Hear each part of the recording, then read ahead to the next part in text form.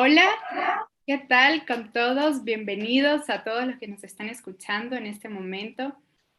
Quiero decirles ante todo que estoy muy agradecida por el encuentro que tengo esta mañana en hora de Ecuador, a este momento, con el doctor Mario Sabán. Realmente es un honor para mí, es un gran privilegio contar con su presencia. Me siento muy afortunada, muy contenta, es un verdadero placer.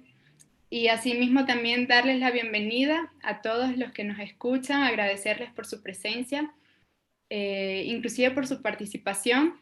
Tienen el chat a su disposición para dejarnos sus comentarios, sus saludos, para que nos escriban, de hecho, preguntas y paulativamente podemos ir como leyéndolas y respondiéndolas a su tiempo, eso sí.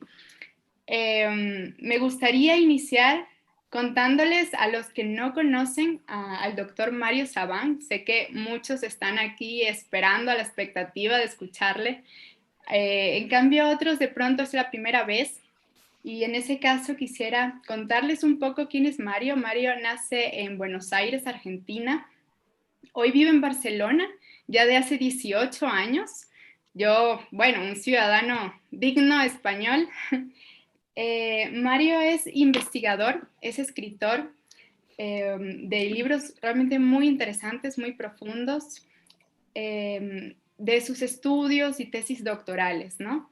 Su más reciente obra, que considero una obra maestra, tuve la oportunidad de comprarlo, es Los secretos de Dios.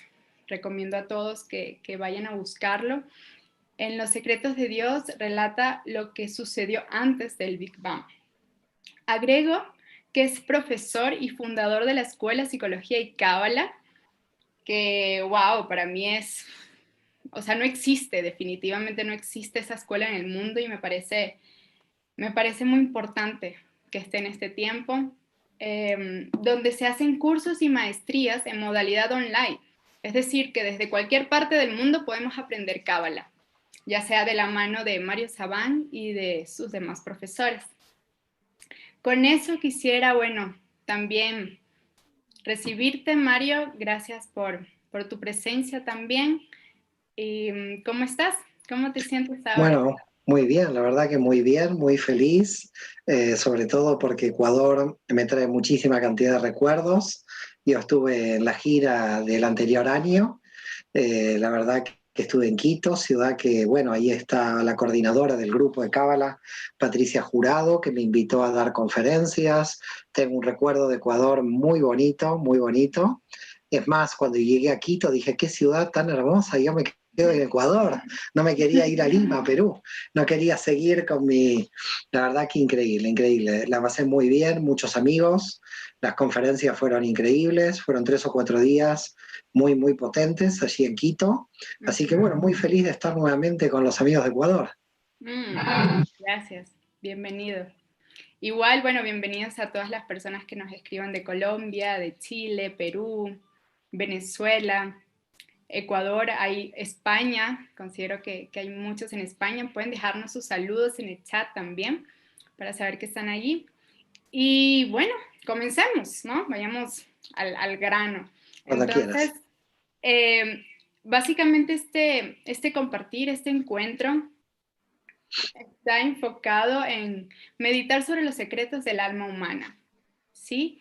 Y ante todo, pues me gustaría iniciar con esta pregunta fundamental. ¿Qué es el alma humana desde el estudio de la Cábala? Mira, para hacer un análisis del alma, el problema que tenemos es que nosotros vamos desde la realidad más densa hacia las realidades más sutiles y menos subjetivas. En realidad, muchas veces yo digo que el alma humana es como un cono donde hay una luz. Esa luz está en nuestro interior, dentro nuestro, pero esa luz de alguna manera va cada vez ampliándose a medida que va elevándose el nivel de conciencia. Con lo cual definir el alma humana para la Cábala es muy difícil porque hay niveles en los que el alma humana se puede percibir. El cuerpo es ya alma desde el punto de vista de la Cábala. Es decir, que cuando estamos viendo el cuerpo de una persona, estamos viendo su alma. Lo que sucede es que su alma material es en el nivel, podríamos decir, más denso, que nosotros nos encontramos dentro de la materia. Entonces, fíjate que al cuerpo, desde el punto de vista de la tradición de la Cábala, no se le llama guf, como sería un cuerpo inanimado, sino se le llama nefesh, que quiere decir cuerpo viviente o alma viviente, alma encarnada. Así que la primera definición de alma en su nivel más bajo es el cuerpo. Esto sería nuestra alma, es decir, esta es el principio de nuestra alma. Luego tenemos niveles de conciencia que nos van elevando en niveles superiores. Por ejemplo, el ruach, que es lo que le sigue, digamos, al nivel de nefesh, que sería el alma emocional, el alma intelectual, lo que nosotros llamamos la psique o el espíritu. Luego tenemos el Neshama, que es el alma que viene en la rotación de las almas, en la reencarnación, que se acerca a nosotros desde un lugar oculto, si se quiere, es decir, es el que realmente, la Neshama es la que tiene que hacer el tikkun, la rectificación, es la Neshama la que tiene el sentido de nuestra existencia, porque ninguna de las otras dos posee el sentido de la existencia.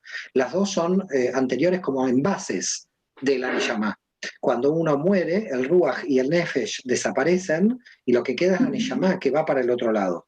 Y entonces cuando hablamos de el alma, en realidad estaríamos hablando más de ese nivel que es la Neshama. Y los niveles superiores a la Neshama, que se llaman Hayá y Ejidá, que son estos niveles ya de percepción extrasubjetiva o percepción extramental, saliendo de la subjetividad, es cuando ya en el nivel de Hayá la Neshama recibe información de todo un centro de energía que es la raíz del alma, y cuando llegamos al nivel de Yehida estaríamos hablando del nivel de unificación, donde podríamos decir que hay una contradicción porque en ese nivel el alma desaparece. Porque en el nivel de Yehida hay una unificación con el todo, una sensación de que no hay subjetividad. Entonces podríamos decir que el alma tiene 5 niveles, 3 subjetivos, donde podríamos identificarnos como un fragmento de la realidad o un fragmento de la luz de la Ein Sof, y 2 fuera de la subjetividad, un nivel que tiene que ver con nuestra raíz del alma y otro nivel superior que tiene que ver con el total. Por eso decimos que el alma humana es como un cono de ascenso hacia el infinito, donde vamos elevándonos en los niveles de conciencia. Y sucede que el alma humana tiene como una paradoja. A medida que tú vas entrando en la profundidad de tu alma, para la Kabbalah vas saliendo de tu subjetividad. De modo que cada vez que estás elevándote en los niveles más profundos de tu alma, te vas uniendo a la totalidad, te vas uniendo al universo, abandonas la subjetividad y por eso podemos decir que nos unificamos al todo. Ahora bien, lo que hay que tener en cuenta siempre es que del otro lado, el alma cuando abandona la materia, es decir, cuando nosotros hablamos técnicamente de muerte física, la Neshama sale para el otro lado y mantiene su subjetividad. Es decir, seguimos siendo subjetivos, seguimos siendo luz fragmentada. No nos unimos como en otras tradiciones espirituales que dicen el alma se va al todo y desaparece del todo, se va la luz. No, no.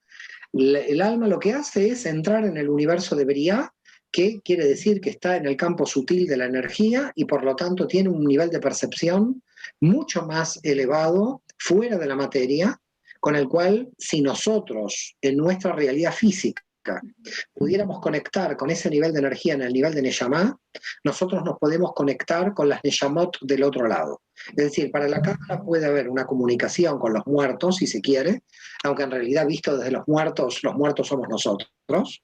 Es decir, que ellos están más vivos que nosotros, dado que nosotros al estar dentro de la limitación del cuerpo estamos atrapados en la limitación. Lo que nosotros tenemos es un contacto con las Neshamot, con energías subjetivas del otro lado de la materia. Ok, ok, con esto quiere decir que no hay una fusión con una totalidad, básicamente con un alma universal, sino que se conserva básicamente una, ¿cómo decirlo? Una chispa de esta alma humana en particular pero Así sin es, identidad. así es, Pues, así es. ya no tiene identidad. Somos chispas de la divinidad y mantenemos subjetividad. Lo que pasa es que cuando hablamos de subjetividad en el nivel de la Neshama, hay que tener mucho cuidado de qué estamos hablando, porque no estamos hablando de subjetividad de mi personalidad, porque nuestra personalidad tiene relación con una subjetividad espaciotemporal histórica de esta realidad física. Es decir, Mario Saban, desde que nació hasta que va a morir, eso es Mario Saban. Ahora, cuando hablamos de Neyamá no hablamos de Mario Saban, hablamos de un alma que le llega a Mario Saban y que está haciendo la rectificación y que es la verdadera alma. Esa es subjetiva, pero no tendría ningún nombre esa alma. No tendría ningún nombre, porque estaría pasando a través de las diferentes vidas por diferentes envases. En consecuencia, cuando hablamos de subjetividad de la Neyamá, la gente no lo tiene que analizar de acuerdo a nuestra subjetividad e identidad actual, porque nuestra subjetividad e identidad actual pertenece al Ruach, no a la Neyamá. Esto quiero dejarlo claro, porque si no, estamos ante un problema. Es decir, los cambios que se producen, por ejemplo, en el Nefesh y en el Ruach, van dando información a la Neyamá, pero la Neyamá viene a corregir lo que tiene que corregir de una vida anterior. Entonces tendríamos, en realidad, te podría decir, 2 personalidades o 3 personalidades de base. Habría una personalidad corporal, pero esta es la última, la más densa, pero las 2 personalidades que se juegan, si uno va a ser feliz o no en esta existencia, es si uno está al servicio del Ruach, al servicio de nuestra identidad subjetiva en el campo de esta identidad, porque en el campo de esta identidad operan todos los condicionamientos religiosos, familiares, etc. Entonces tenemos un primer problema. Estamos atrapados por los condicionamientos del Ruach frente a la Neyamá que quiere cumplir su misión. Entonces, en principio tendríamos una guerra interior, visto desde el punto de vista de la Kabbalah, porque la Neyamá lo que quiere es cumplir su misión en esta vida. Y el Ruach lo que quiere es la seguridad, no de cumplir la misión, sino de pasarla lo mejor posible y de no tener tanto conflicto y buscar una zona de seguridad. Entonces, claro, pululamos entre una zona de seguridad que de alguna manera nos trae el Ruach, porque nuestra religión, nuestra familia, de alguna manera, todos nuestros condicionamientos son pautas de seguridad, son elementos de seguridad. Me da seguridad mi identidad. A mí no me da seguridad la identidad china porque no la conozco. Es decir, estoy alejado de esa identidad. Entonces esa identidad, como no es mía, no la conozco, no me da seguridad. Fíjate que las religiones son marcos de seguridad, por eso la gente muy religiosa es muy insegura, la gente muy ideológica es muy insegura. Todos aquellos idólatras que toman a un ídolo conceptual, que toman a una idea fija en el campo de la realidad, son gente muy insegura. Ahora, ¿de dónde nos viene esta inseguridad? Porque todos tenemos esta inseguridad.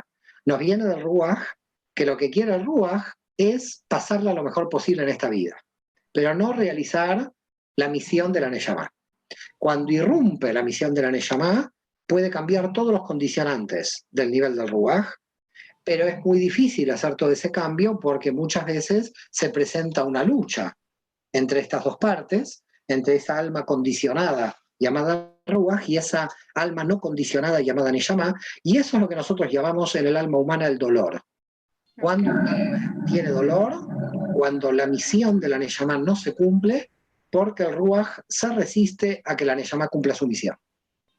Profundizando un poco sobre estos niveles del alma, se podrían también llamar como percepciones, son como también estados perceptivos de alguna manera de la realidad. Por supuesto, son estados perceptivos, pero son estados de percepción que tienen relación con el nivel de magnitud de la vasija de percepción. Es decir, voy a tratar de explicar esto. Imagínate un plato más grande y un plato muy grande. Cada plato recibe dentro de ese plato una cantidad de comida. El plato más pequeño recibirá menos, el mediano un poco más y el más grande más. Imagínate que cada nivel de percepción del alma humana opera como estos platos, cada uno un poco más grande que el otro. Para tú cambiar la percepción tienes que cambiar el plato, tienes que cambiar el cli de recepción, la vasija de recepción. Quiere decir que en realidad, como dice Isaac Luria, or simple hay siempre. Es decir, en la luz es igual para todos. El nivel de información es igual para ti que para mí, que para el otro. La información está ahí y eso es luz simple. La información es igual para todos. ¿Cuál es la diferencia? Es la preparación que voy a hacer de mi vasija en ampliar el sistema de recepción, es decir, elevar la antena de mi vasija para captar más esa información. Pero todos podemos tener acceso a los niveles más altos de la información. El problema es que no trabajamos nuestra vasija. no trabajamos la ampliación de nuestro CLI. Por lo tanto, como tú bien dices, los niveles de alma son niveles de percepción, y esos niveles de percepción tienen relación con el esfuerzo que uno hace desde abajo en ampliar el CLI de recepción.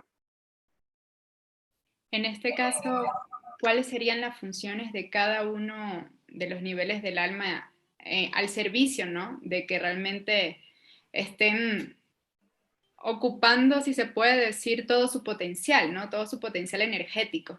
¿Cuál Claro. sería la función que tendría que desarrollar cada nivel del alma? Claro, es decir, en el nivel más bajo, que es el nivel de la persona que come, bebe, se procrea y se va a dormir, es un nivel puramente biológico, donde la gente se pregunta si uno vino para esto nada más. Es decir, si uno se queda con el nivel más bajo, es un nivel que se llama, en términos de filosofía, un nivel inmanente, porque es un nivel que está muy enraizado en esta realidad. Tenemos una vida física, y entonces la pregunta, ¿cuál puede ser? La pregunta es, si nosotros nos elevamos en los niveles de conciencia y el nivel de percepción física es el más bajo nivel de conciencia, la pregunta es ¿por qué nos hicieron encarnar en el más bajo nivel de conciencia? Estando todos muertos en el nivel de Neyama, estamos mejor que vivos. Esta sería la conclusión que uno podría extraer de acuerdo a que los niveles de percepción son más altos fuera del cuerpo. A esto hay que comprender algo, que cuando uno está dentro del cuerpo, aprende de las máximas limitaciones.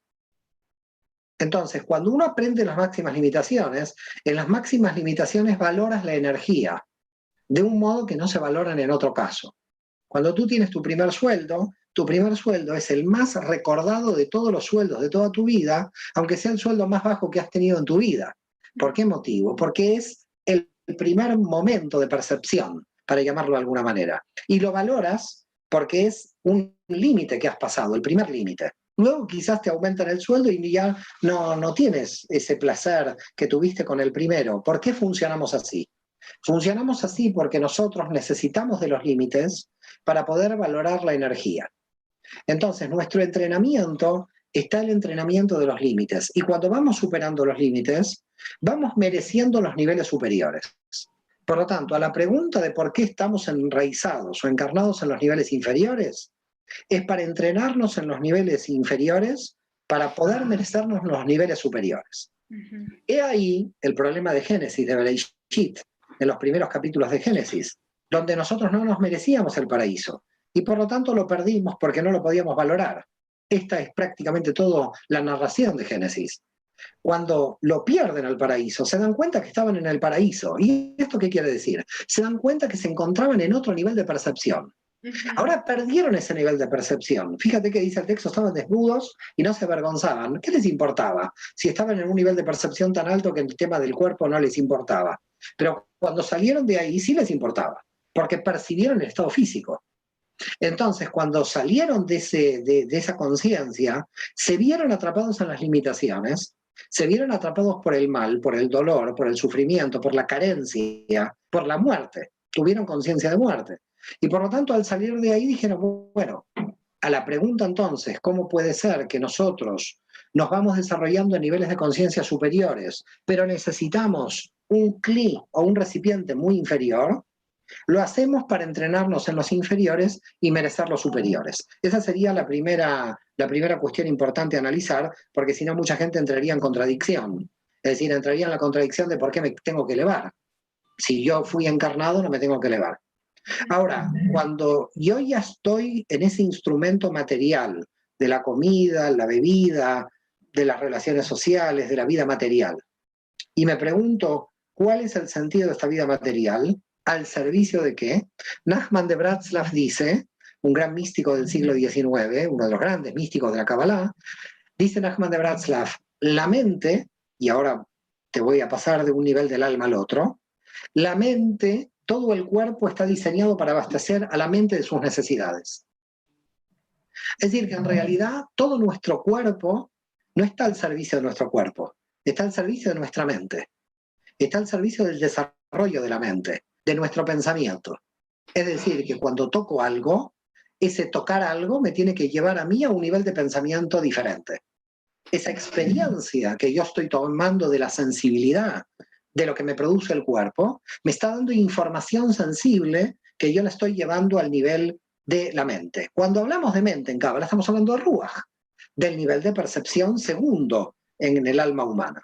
Entonces, fíjate cómo operaría el primer esquema de retroalimentación de la energía. Nosotros tenemos experiencia en la materia, tomamos esa experiencia en la materia, la llevamos a la mente crece a partir de la información que trae la materia, pero la mente crece en su abstracción interior también, es decir, tiene vida propia, no necesita en un punto de la materia. Empieza a tener, por ejemplo, la amistad. Si yo quiero tocar la amistad, ¿cómo la toco? En el plano de la materia, no la encuentro por ninguna parte. Sí puedo encontrar un amigo, que sería el objeto de la amistad, pero inclusive puedo sentir amistad por un amigo que ha muerto. Y por lo tanto, si mi amigo murió, mi sentimiento de amistad no ha terminado por la muerte de este amigo. Por lo tanto, ¿qué es lo que sucede a nivel mental? Tenemos un nivel donde estamos extrayendo información desde abajo a nivel corporal y un nivel donde el Ruach tiene su propia información mental de organización. Y eso nosotros le llamamos el tema de la abstracción. Cuando intelectualmente hacemos una abstracción, hacemos las clasificaciones y hacemos todas las operaciones de matemática o de física. Estamos operando en la abstracción o con el lenguaje abstracto. Hay otro nivel que es el nivel ¿para qué sirve todo lo que estoy pensando? Porque si todo el cuerpo humano sirve para el pensamiento de la mente, la gran pregunta es, ¿el pensamiento de la mente ahora para qué sirve? Porque si el pensamiento de la mente sirve para yo ser un hombre pesimista y quererme matar, es una contradicción, porque algo que existe, existe por una función. Entonces la mente llega a la conclusión de que tiene que existir una función que no puede ver en los términos del nivel de la mente. Tiene que ser una función en la cual la mente sea instrumento de una función superior.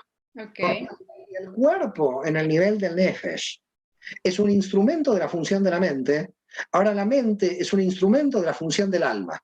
Ajá. Y entonces, ¿qué es el alma? ¿Qué es la Neshama? Es la función o la misión de mi energía dentro de esta realidad. Y tengo que utilizar la mente para poder cumplir la misión de mi vida, que es la que tiene la Neshama. Okay. Cuando yo empiezo a cumplir la misión de mi Neshama, la pregunta que me hago es, ¿en función de qué existe la Neshama? ¿En función de qué existe la Neshama que quiere cumplir una función para que mi mente cumpla ser instrumento de esa alma y que mi cuerpo sea instrumento de la mente? Entonces, en el nivel de la Neshama se da cuenta de que está extrayendo luz del cosmos para poder revelarla en esta realidad, que es una luz que no le pertenece, sino que le pertenece al cosmos. Es decir, que en realidad el alma está al servicio de una luz superior, que radicalmente pertenece a la raíz del alma, que sería esa raíz del alma, lo que llamamos Hayá, que cuando estás extrayendo información cosmogónica en este nivel y la bajas a esta realidad, las demás almas vibran con tu luz porque tú les estás mostrando la raíz a muchas de las almas en el superior. Okay. Cuando quieres buscar la trascendencia o la función del total de esta realidad, la pregunta es por qué existe el universo. Y entonces ahí llegas al final de todas las funciones, desde el cuerpo hasta el infinito. Ese le corresponde a Yehida. Y ese le corresponde ya a Yehida. Uh-huh. O sea, ya básicamente en este nivel tenemos ya una percepción cósmica. O sea, ¿qué ocurre allí si estamos en Yehida? Como que haciendo una diferenciación. Cuando estamos en Yehida ya no estamos más. Ok. No sé cómo explicártelo, la verdad. Cuando estamos en Yehida, ahí en Yehida no hay más yo, no hay más alma, ya no hay subjetividad. Está fusionado con la totalidad. Ok, ok. ¿Cuál es la transición? Hablaste ahora de cómo, por supuesto, claro, vamos transitando de un nivel a otro en vista de que uno es instrumento del que sigue y así sucesivamente. Mi pregunta ahora, ¿cuál es la transición entre un nivel del alma a otro? ¿Qué los relaciona? Mi pregunta, ¿cuál es el conductor de este nivel? ¿Qué hay entre ellos? Para que nos permita esa Bueno, esa es ascensión. una pregunta, esta es tu pregunta, ¿no? Sí. Sí. Porque por esta pregunta descubro que tienes menos de 40. Y te voy a decir por qué. Porque aquellas personas jóvenes que utilizan mucho la biná, que utilizan mucho la inteligencia, no tanto la jojma, sino la biná, les gusta mucho la clasificación de los periodos de transición. Okay. Pero te voy a decir algo que espero no destruir la pregunta, en realidad casi. Todo es transición. El problema es que cuando tú estás hablando de conceptos, son estáticas mentales conceptuales totalmente arbitrarias. Por lo tanto, el problema no es cómo pasás de un nivel a otro del alma, sino en realidad cómo hemos definido nosotros, hemos pretendido definir conceptualmente un nivel. Porque el problema es que la definición de un nivel ya es un problema. Porque cuando ya estás definiendo un nivel, ya no puedes poner un límite o una frontera con el nivel que le sigue. Voy a tratar de explicarte esto para que lo entiendas con un... después igual voy a ir a la respuesta a tu pregunta porque se puede responder, Okay. pero lo importante es que yo quiero que veas una narración para que puedas entender lo que estoy diciendo. Imagínate un bebé que se encuentra dentro de la panza de la madre. ¿Ese bebé ha nacido o no ha nacido? Está en la panza de la madre. O sea, físicamente no ha nacido. No ha nacido. Ahora, yo lo saco al bebé a los 4 meses y ¿qué pasó? Nace prematuramente. Puede morir a 4 meses prácticamente. 3, 4 meses puede morir. Puede morir. ¿Por qué un bebé que lo saco a los 4 meses puede morir y un bebé que lo saco a los 9 tiene muchas posibilidades de no morir? Por un desarrollo Porque hay un desarrollo. Ajá. Ahora, el desarrollo del bebé no se ve en la realidad porque está dentro de la panza de la madre. Siempre un nivel se desarrolla en lo oculto del nivel anterior. Okay. Lo que pasa que el problema, para explicarte esto, es que deberíamos empezar del infinito hacia el cuerpo y no del cuerpo al infinito. Porque si empezamos del cuerpo al infinito, los niveles de transición son mucho más difíciles de explicar, dado de que lo finito tiene un problema buscando los vacíos de asimetría para subir. En cambio, cuando tú lo analizas del infinito para abajo, es mucho más fácil. Por eso los cabalistas empezaron desde lo cosmogónico, desde los secretos de Dios en el nivel superior. Porque empezaron a mirar dónde están las asimetrías que muestran el vacío, las energías bajan por ese vacío y se van creando. La pregunta es, cuando se está gestando toda la energía del nivel inferior, se encuentra todavía en el nivel superior gestándose. La transición siempre se produce en el superior, en lo oculto del superior. Quiere decir que cuando nosotros ya vemos algo revelado, ya eso revelado se estuvo creando dentro de aquello que todavía no se reveló. Mira, te lo voy a pasar en historia porque es algo muy interesante quizás para los que nos están escuchando. Cuando alguien dice, ¿cuándo nació el cristianismo? ¿Nació con Jesús? No, Jesús era judío. ¿Nació con los apóstoles? No, los apóstoles también lo eran. ¿Nació con San Pablo? Era judío también San Pablo. ¿Cuándo nació? Es un grupo que fue creyendo que Jesús es el Mesías, pero siempre estaban dentro del mundo judío. Y durante todo el siglo I estuvieron dentro del mundo judío. Recién en el siglo II se pudieron identificar las diferencias entre cristianos y judíos. La pregunta que uno se puede hacer en historia es ¿dónde estuvo el corte? ¿Dónde estuvo la independencia? No sabemos, porque es un proceso. Las transiciones son procesos. Cuando se va a crear lo posterior, siempre eso posterior se crea en lo oculto de lo anterior. Por ese motivo en la Cábala decimos, no hay que subir de nivel, hay que profundizar en el nivel en que te encuentres. Porque si tú en el nivel en que te encuentras profundizas, subes automáticamente de nivel. No hay que subir de nivel, hay que profundizar en el nivel en que te encuentras. Ok. Ok. Listo.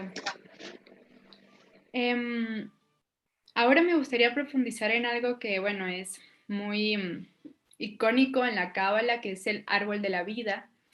Y quisiera preguntar cómo el árbol de la vida nos puede ayudar a comprender el sentido o la función del alma. Bueno, en verdad el árbol de la vida se puede dividir para entender la función del alma en dos partes. 7 dimensiones inferiores y 3 superiores. En las 7 dimensiones inferiores, ahí no encontramos el sentido de la vida, ahí encontramos la satisfacción de los deseos finitos. Entonces, ¿qué es lo que encontramos en las 7 inferiores? Los instrumentos. Realmente el sentido de nuestra vida las encontramos en las 3 superiores, es decir, en Binah, Jochma y Keter. Si no entramos en las 3 superiores, la persona nunca va a encontrar realmente el sentido de su vida. Va a tener una vida administrativa, que puede ser una muy buena vida, ¿eh? No estamos criticando una vida administrativa, ni mucho menos, pero va a ser una vida que no va a saber por qué estuvo aquí y solamente va a utilizar instrumentos. El problema de ese tipo de vida es que llegan al hastío, al aburrimiento, porque los instrumentos están al servicio de algo que si tú no lo conoces, llega un momento que el instrumento por sí mismo no te lleva a ninguna parte. Es decir, que si tú no conoces que el auto es para trabajar o para conducir, para ir a alguna otra ciudad, tú nada más te vas a pasar la vida juntando autos. Entonces de repente hay una persona que junta 4 autos pero nunca disfrutó de ninguno, porque nunca supo su función. El problema de entender las 7 inferiores es que entendiendo las 7 inferiores el alma humana no conoce el sentido. Para que el alma humana pueda conocer el sentido tiene que conocer las 10 y sobre todo las 3 superiores. Ahora puede pasar lo inverso, puede conocer el sentido pero no llevarlo a la práctica, porque no tiene la fuerza de las 7 inferiores. Entonces, solamente una persona que conozca el sentido de su vida no logra cumplir el sentido de su vida, porque necesita conocer cómo son los mecanismos de los instrumentos de las 7 inferiores. Una persona que solo conoce los mecanismos de las 7 inferiores tampoco cumple el sentido de su vida porque no lo conoce.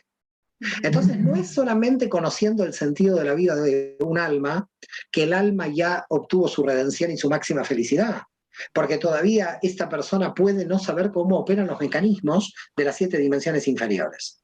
Por tanto, ¿por qué es importante el árbol de la vida? Porque estudiando las 3 superiores lo alcanzamos a entender, digamos, cuál es el motivo de la encarnación, de mi encarnación en esta realidad, y cuando vamos a las 7 inferiores nos damos cuenta de cómo son los mecanismos para operar. El problema muchas veces de la espiritualidad, ¿no?, es que mucha gente en el mundo espiritual se olvida de los instrumentos y pasa como a flotar en el mundo superior. Entonces, esto también se vuelve peligroso porque es una espiritualidad desconectada de la materia, desconectada de lo cotidiano. Entonces, conocer el sentido de la vida de un alma no es el objetivo es conocerla y llevarla a cabo. Porque si tú la conoces y no la llevas a cabo, ¿de qué te sirvió conocerla? Así es. Entonces lo importante es que si uno la conoce, claro que si uno conoce el sentido de la vida de su alma, el sentido de su existencia, ya tiene una gran ventaja. Pero también tiene una gran ventaja quien conoce los instrumentos. Es decir, ambos tienen ventaja. Lo que pasa es que en realidad hay que conocer el sistema por completo.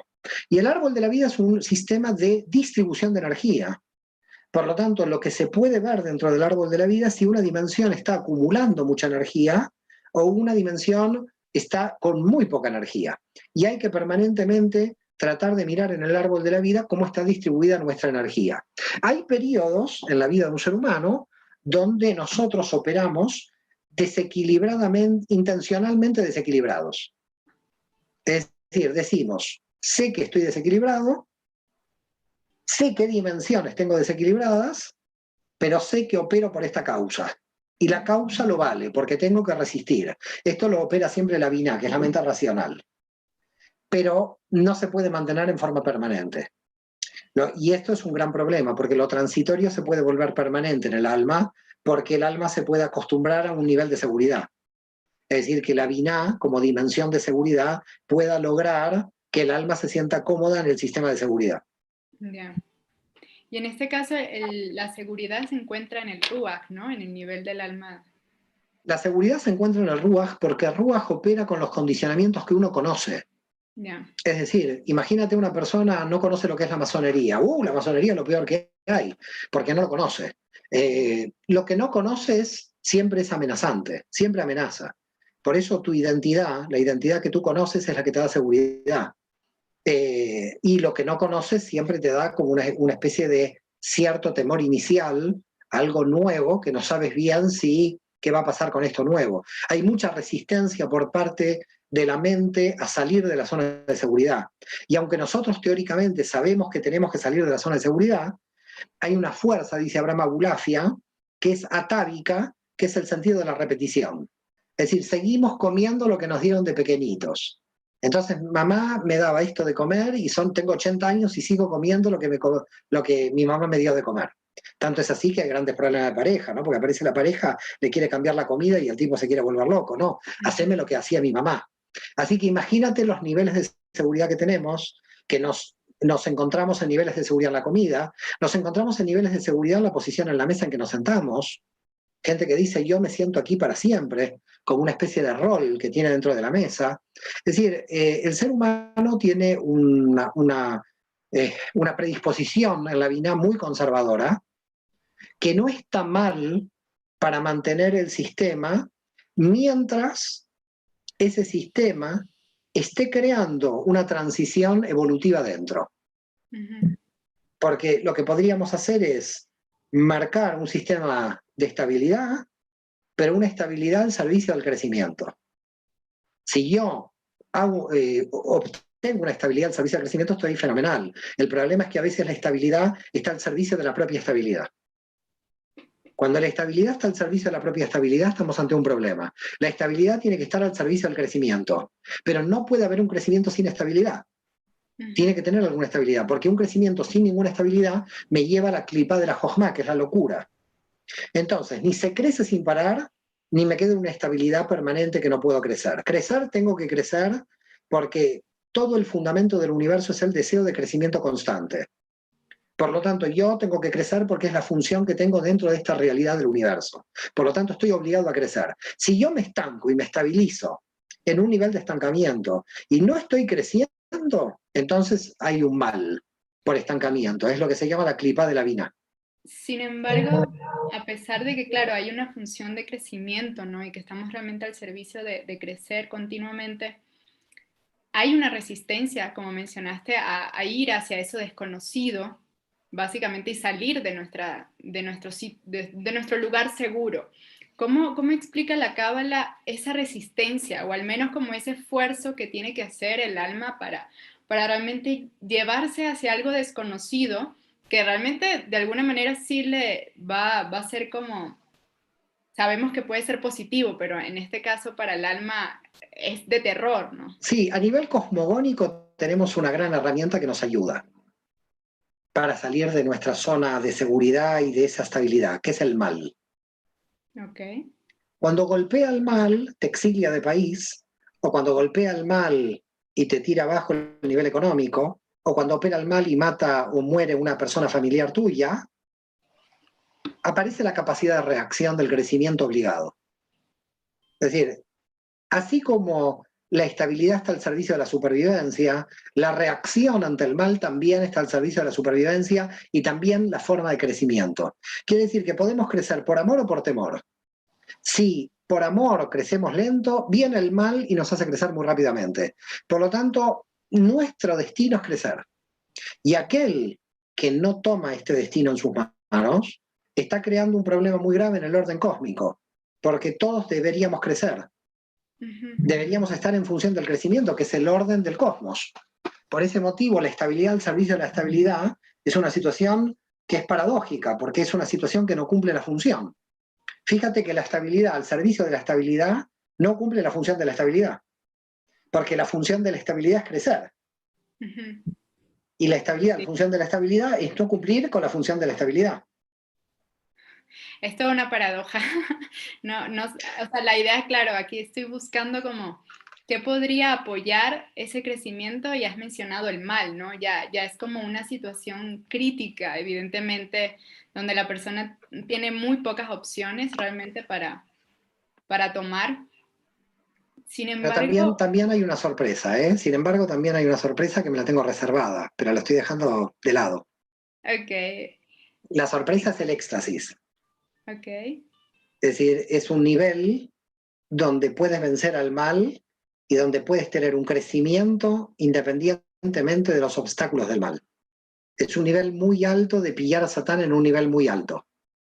Cuando tú estás creciendo por el mal, te automotivan los obstáculos y los sabotajes.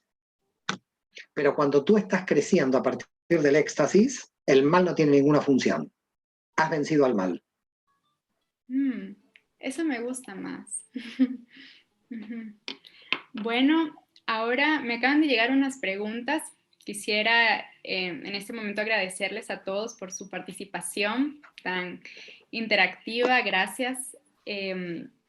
Agradecerte hasta este momento también, Mario, por tu clase magistral. Siempre es espectacular y delicioso escucharte. Quisiera ir con unas preguntas. Entonces, a ver, Juan Antonio Sánchez nos pregunta, si corregimos nuestro nefesh, ¿corregimos todos los niveles? No. Jaime Vital en eso tiene muy claro. Uno puede corregir el nefesh, pero no el ruach y la neshama. La corrección de un nivel no implica la corrección de todos. Hay que trabajarlos todos. No implica. Puede ser el comienzo de un tikkun general, puede ser el comienzo de una corrección global, pero no por eso se corrige automáticamente. De acuerdo. Emi Carnucho, creo que se pronuncia así, Carnucho, ¿es posible acceder a Yehidá, seguir conectado y alimentarse de esa energía? Mientras tanto, seguir viviendo en conexión en una vida normal, me imagino cotidiana. ¿Qué nivel debe tener el aspirante? Nivel de yejidá permanente no, porque provocaríamos una muerte por paro cardíaco. El cli del cuerpo no tiene la potencia de vivir en el éxtasis continuo de la aniquilación en yejidá. Eso es imposible, es antinatural para el cuerpo. Lo que sí se puede hacer es llevar a la neyamá el recuerdo del éxtasis de yejidá. Pero son dos cosas diferentes. Es decir, la neyamá tiene que captar la impronta, el reshimó, el recuerdo de ese éxtasis de yejidá, hacerlo propio, conectarse con el recuerdo del éxtasis, pero no puede vivir con el éxtasis en sí mismo de yejidá, porque eso sería imposible para el cuerpo humano. Claro. Sigamos. Angélica Jiménez nos pregunta, para poder elevarse en los niveles del alma, ¿es necesario practicar el dar desde la piedad, la misericordia y el amor? Sí, si al mismo tiempo practica el recibir. Porque si solamente practica el dar, se va a desequilibrar. Okay. Si practican los mismos términos al recibir, sí. Pero si a la persona que hizo la pregunta el dar le es más feliz que el recibir, tiene un problema de desequilibrio. Tiene que hacer un análisis si está recibiendo igual que lo que está dando.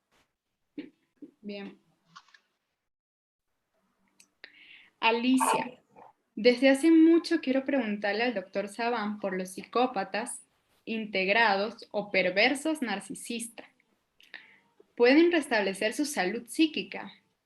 Los psicólogos dicen que no. ¿Qué dice desde su enfoque psicológico cabalístico?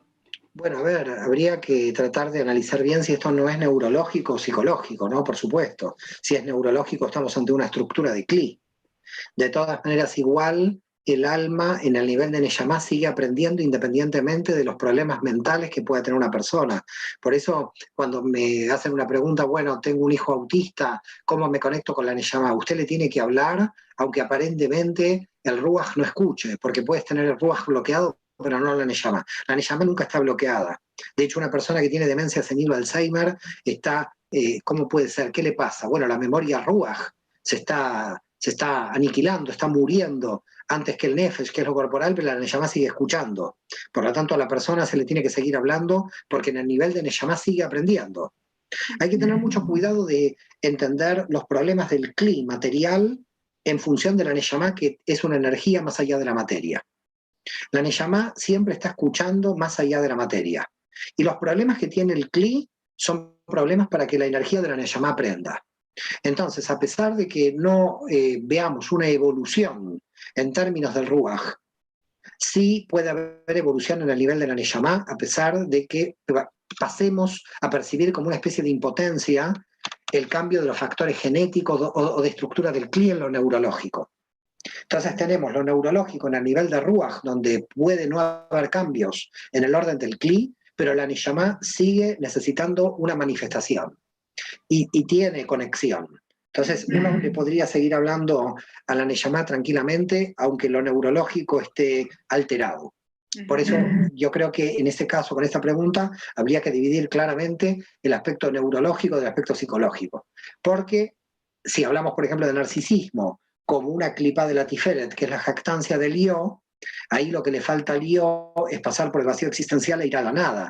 Es decir, el narcisista, la problemática que tiene es que confundió Keter con Tiferet y cree que Tiferet es Keter, cree que el yo es su máxima aspiración.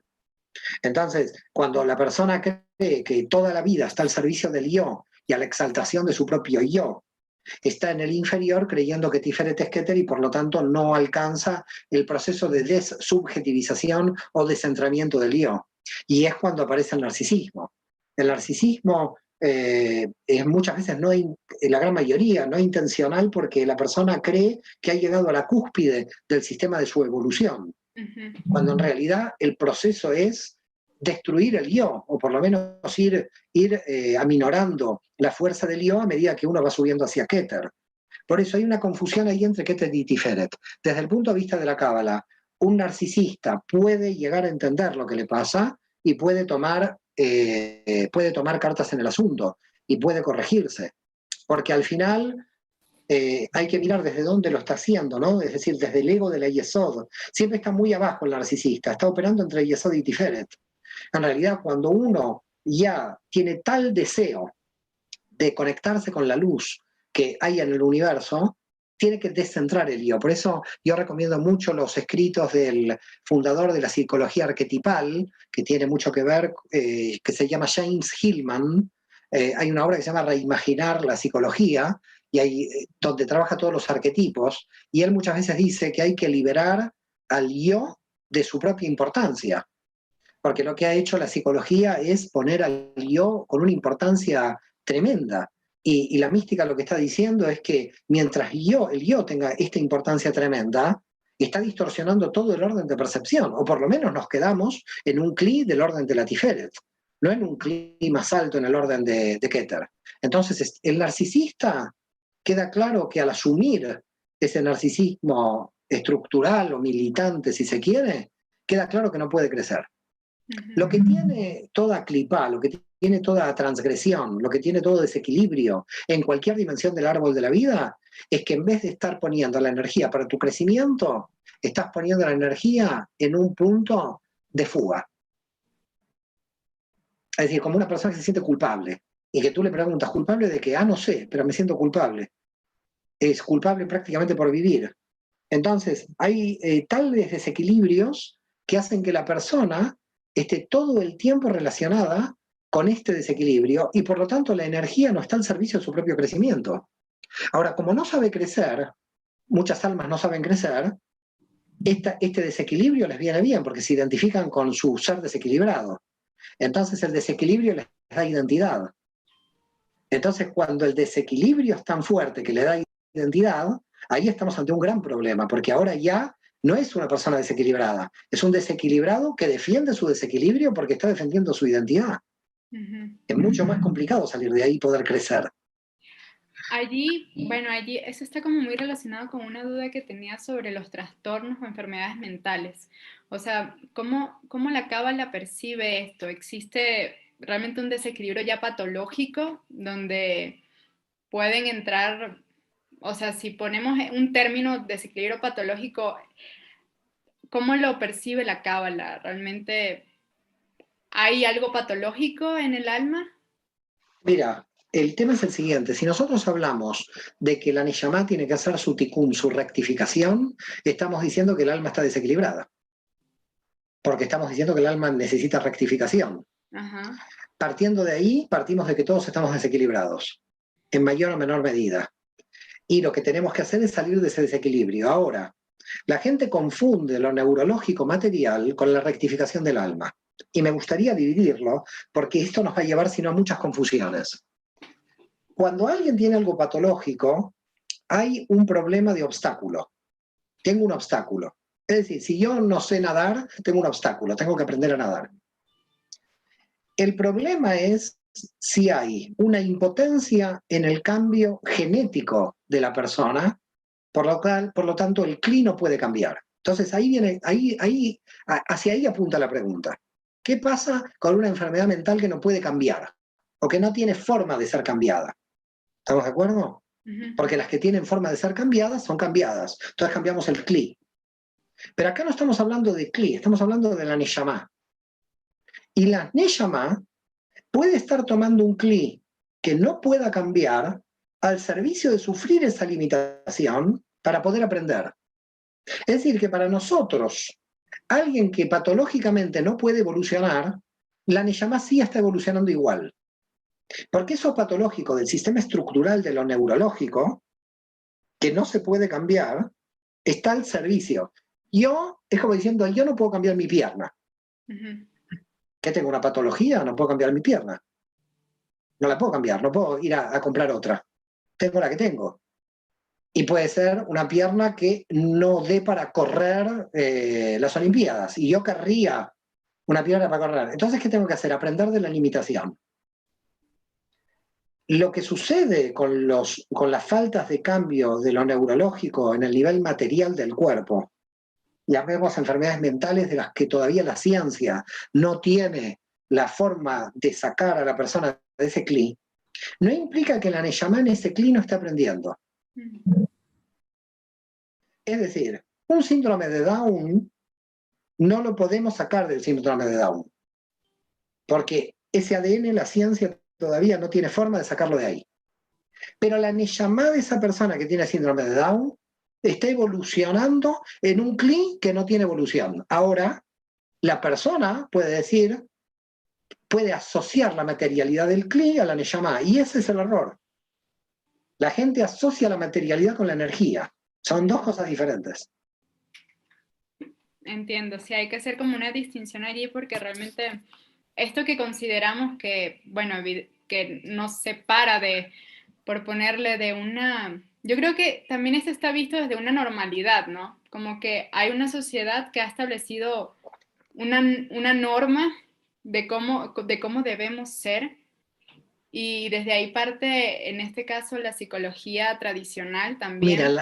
Mira, en la Facultad de Psicología, cuando yo hice el doctorado, teníamos que presentar los trabajos de proyectos de tesis. Todos los proyectos de tesis eran buscar la normalidad entre variables. Menos el mío, que era de mística, que la gente no sé si entendía o no entendía lo que yo propuse.